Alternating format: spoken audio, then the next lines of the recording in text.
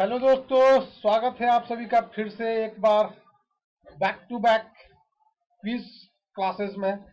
NCERT MCQ quiz classes. अभी कुछ देर पहले ही आप लोगों ने क्लास 6 जियोग्राफी चैप्टर 7 का एमसीक्यू क्विज किया होगा और अभी तुरंत बैक टू बैक आपके लिए मैं लेकर के हाजिर हूं क्लास 6 हिस्ट्री चैप्टर 1 का एमसीक्यूज आपके लिए लेकर के उपस्थित हूं। अभी आप लोगों ने काफी बेहतर स्टूडेंट्स का रिजल्ट आया था, काफी बेहतर उन्होंने पिछले क्विज में अपने तैयारी को दिखाया था। तो इसी तरह से एक नया चैप्टर के साथ, नए सब्जेक्ट के साथ मैं हाजिर हूं। और मैं इस क्विज को शुरू करने से पहले आपको बताता चलूं, कुछ नोटिफिकेशन देता चलूं कि कुछ दिनों बाद, 2 दिन 4 दिन, मैक्सिमम 5 दिनों के अंदर आपके जो क्विज क्लासेस हैं, जो एमसीक्यूज होते हैं, जो कि वेरियस एग्जाम से रिलेटेड होते हैं, वो अब थोड़े से उसके टाइमिंग में बदलाव किए जाएंगे। और जो कि 7:30 बजे से चालू होता है, वो अप्रोक्सीमेटली उसको 7 बजे शाम में कर दिया जाएगा।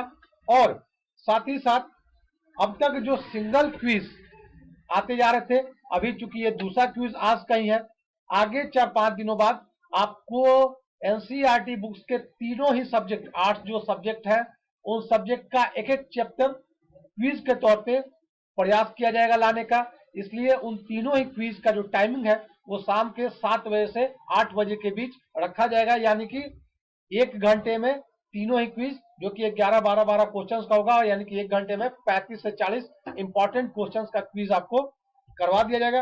रूल्स रेगुलेशन आप सभी को पता है, इसमें कोई डाउट नहीं है, सब लोग काफी दिनों से जुड़े हुए क्विज से। ये आज का हमारा टॉपिक है, जो दूसरा क्विज है, class 6 NCERT history chapter 1 MCQ, what, when, where and how.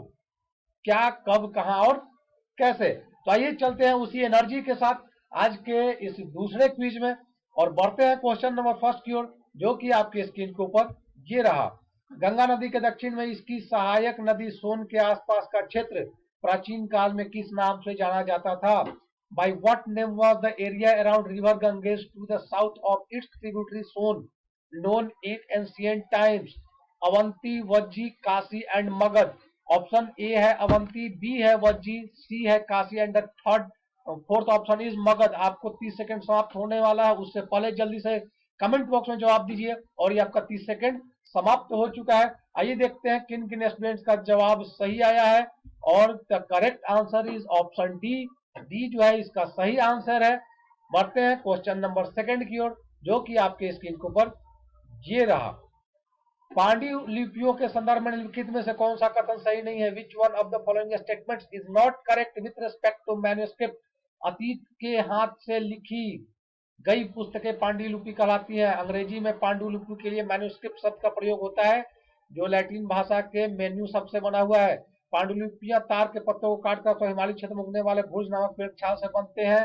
पांडुलिपियां केवल मंदिरों और बिहारों से प्राप्त होती हैं। आपको सही जवाब जल्दी कमेंट बॉक्स में डालना है, 30 सेकंड से पहले। और 30 सेकंड समाप्त हो चुका है।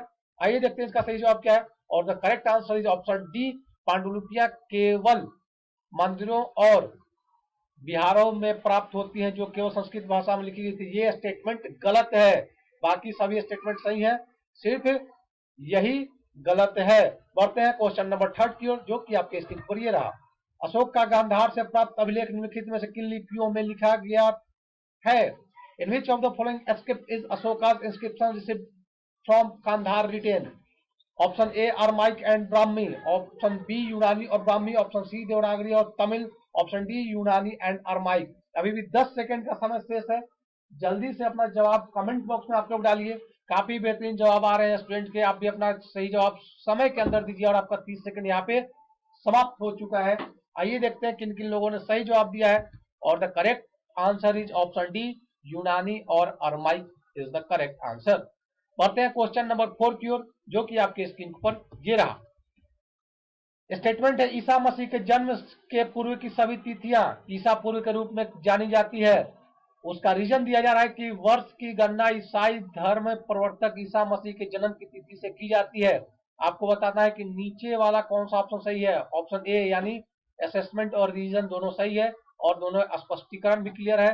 बी ऑप्शन है, सी ऑप्शन है और डी ऑप्शन है। जल्दी से अपना ऑप्शन कमेंट बॉक्स में डालिए 30 सेकंड से पहले। और का 30 सेकंड समाप्त हो चुका है।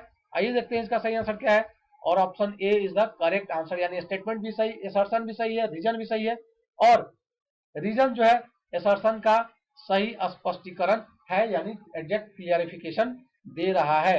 हम लोग पहुंच चुके हैं अपने क्विज सेकंड के उस पड़ाव पे जहां से आपके लिए प्राइज आने शुरू हो जाएंगे, यानी जो भी स्टूडेंट 4 क्वेश्चन के सही जवाब दे चुके होंगे, 5वें क्वेश्चन के सही जवाब देने के साथ में वो 10 रुपए का मिनिमम प्राइज जीत लेंगे। तो बढ़ते हैं क्वेश्चन नंबर 5 की ओर, जो कि आपके स्क्रीन पर ये रहा। अभिलेखों के संदर्भ में निम्नलिखित कथनों पर विचार कीजिए।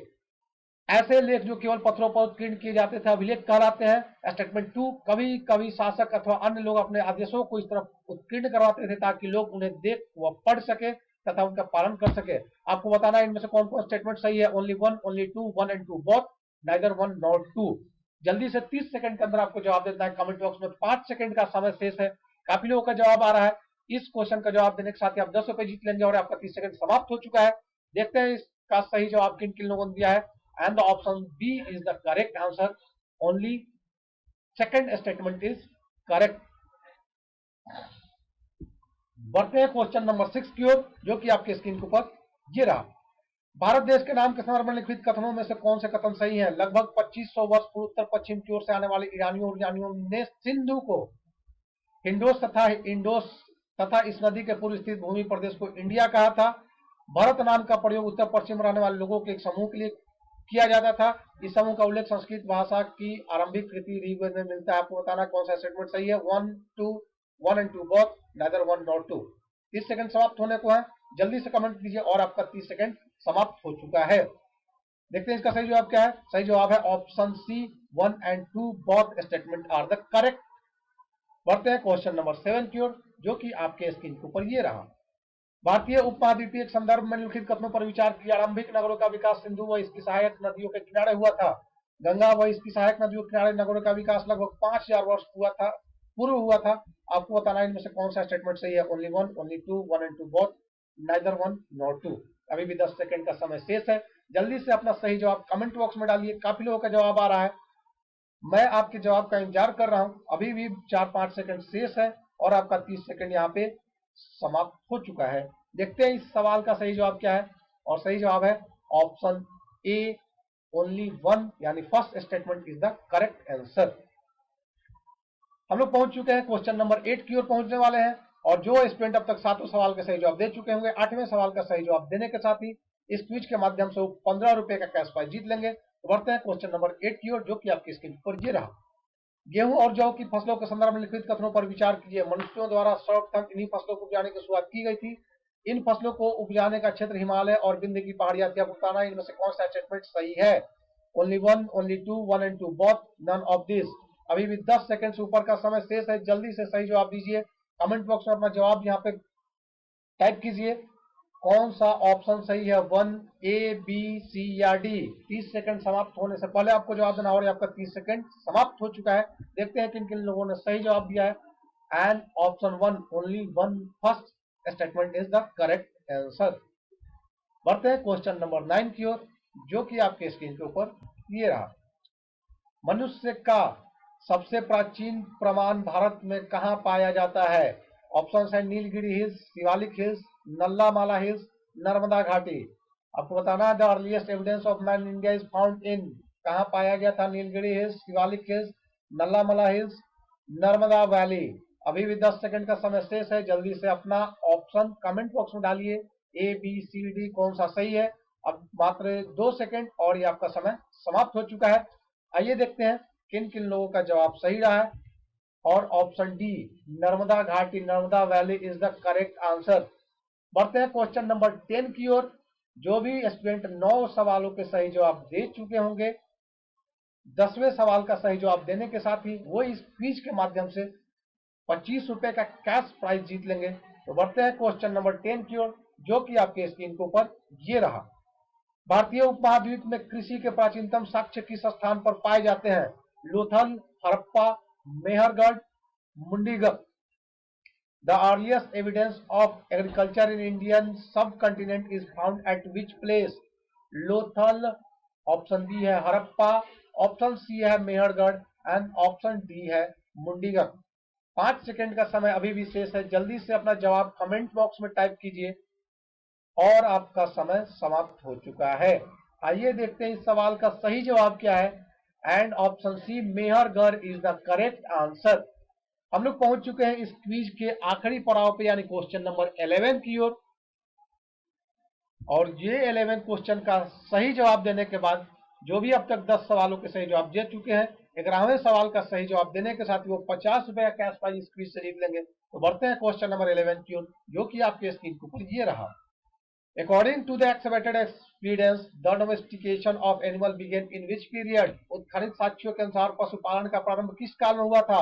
Lower Palaeolithic period, middle Palaeolithic period, upper Palaeolithic period, Mesolithic period.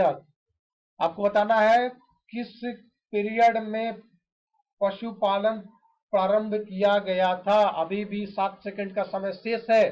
Option A B C D, जल्दी से जो सही है टाइप कीजिए कमेंट बॉक्स में। आपका समय समाप्त हो चुका है। आइए देखते हैं किन किन लोगों ने सही जवाब दिया है। And option D Mesolithic period is the correct answer. तो ये थे क्लास 6 हिस्ट्री चैप्टर 1 के 11 वेरी वेरी इंपॉर्टेंट क्वेश्चंस, जो कि काफी ज्यादा इंपॉर्टेंट है यूपीएससी, बीपीएससी, बिहार एसआई आगे आने वाले एग्जाम में। तो ये आज के 11 क्वेश्चंस है। काफी लोगों ने सही जवाब दिए हैं। जो जो लोग सही जवाब दे चुके हैं उनके लिए उनका कैश अमाउंट, जो उनका प्राइज अमाउंट है, वो इनके अकाउंट पे ट्रांसफर कर दिया जाएगा। उन लोगों को काफी काफी बहुत बहुत बधाई। और जो लोग कम प्राइज जीत पाए या फिर नहीं जीत पाए हैं, उनको और ज्यादा मेहनत करने की जरूरत है। वो अपने तैयारी को और ज्यादा बेहतर करें। साथ ही साथ आपको बताता चलूं कि जैसा कि मैंने आपको शुरुआत में बताया कि आपके क्विज में थोड़े बहुत समय में बदलाव किए गए हैं। साथ ही साथ अब तक जो एक क्विज आते थे, अभी आज आपने दूसरा क्विज अटेंड कर लिया। आगे कुछ दिनों में आपको डेली शाम को 7 से 8 बजे के बीच 3-3 क्विज कम से कम मिलेंगे। वो अलग अलग सब्जेक्ट से, सभी के सभी एनसीईआरटी से ही जुड़े हुए होंगे। साथ ही साथ आपको बताता चलूं कि हो सकता है तो किसी किसी चैप्टर में एमसीक्यूज क्वेश्चंस की संख्या ज्यादा होती है, तो उस केस में आपके प्राइज वाले क्वेश्चंस तो 11 ही होंगे, लेकिन साथ ही साथ वैसे एक्स्ट्रा क्वेश्चन को भी बढ़ा दिया जाएगा।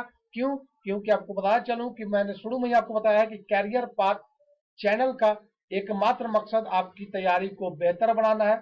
उस तैयारी में ज्यादा रुझान, आपको झुकाव लाने के लिए प्राइज दिया गया है। इसलिए और बेहतर क्वेश्चंस होंगे तो उनको भी एक्स्ट्रा जोड़ दिया जाएगा। लेकिन प्राइस जो होगा वो प्राइस 11 क्वेश्चन पे ही मिलेंगे। एक्स्ट्रा बाकी आपको एमसीक्यूज आपके एग्जाम पॉइंट ऑफ व्यू से जो होंगे उनको जोड़ करके आपके लिए लाया जाएगा। तो आप लोग 7 से 8 बजे के बीच में अपने टाइम को एकदम फिक्स कर लीजिए। इस 3 क्विज के लिए 1 घंटे में 3 सब्जेक्ट, 3 क्विज, ताबड़तोड़ क्विज होंगे। 5-5 मिनट के गैप पे आपके सामने आते रहेंगे। तो आपकी तैयारी में कहीं भी स्टूडेंट कोई कमी नहीं रहनी चाहिए। साथ ही साथ अभी तक अगर आपने चैनल को सब्सक्राइब नहीं किया तो सब्सक्राइब जरूर कर लीजिए, क्योंकि सब्सक्राइब करने से क्या होगा कि हमें भी पता चलेगा कि कितने स्टूडेंट्स को क्या बेनिफिट मिल रहा है। अपने कमेंट, अपने सुझाव, विचार जरूर कमेंट बॉक्स में डालते रहिए। साथ ही साथ अपने दोस्तों के साथ भी इसको शेयर कीजिए ताकि ज्यादा से ज्यादा लोगों को लाभ मिल सके। क्योंकि दोस्तों आगे इस सेगमेंट में, इस चैनल पे आपको और ज्यादा बेहतरीन बीपीएससी के, बिहार एसआई के प्रीवियस ईयर क्वेश्चन भी बस 1-2 वीक के अंदर आने वाले हैं। तो काफी बेहतरीन बेहतरीन मटेरियल आपको प्रोवाइड किए जाएंगे। तो इस तरह से चैनल पे बने रहिए। इसको ज्यादा से ज्यादा वीडियो को लाइक कीजिए, शेयर कीजिए। मिलते हैं अगले दिन अगले सब्जेक्ट के साथ, अगले टॉपिक के साथ। तब तक के लिए best of luck. Thank you very much.